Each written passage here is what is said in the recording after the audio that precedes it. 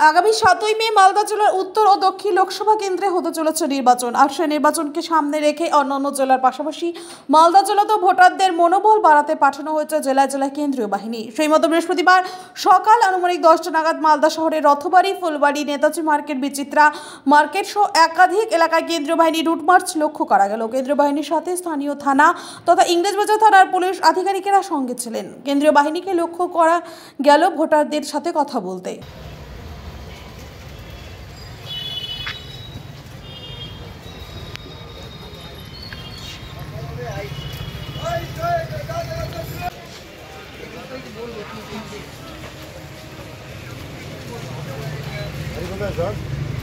গাড়ি এখানে আপনাদের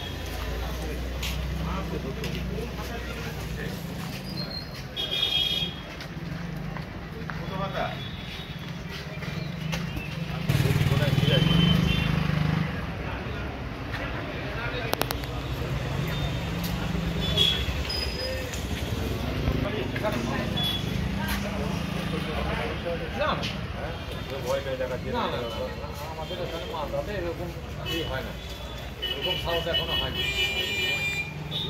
না না এখানে ফায়দা আছে না,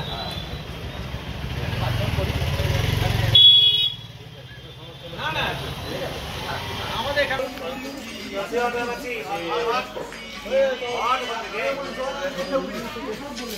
সব ঠিক আছে। ভোট নিয়ে সমস্যা নাই তো?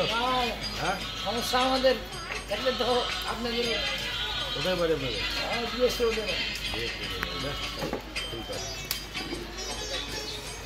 আপনাদের কোনো সমস্যা আছে? না কোনো সমস্যা নেই।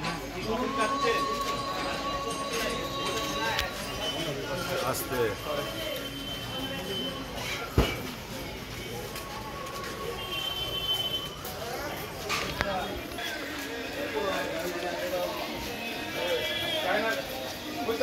বাড়ি কোথায়?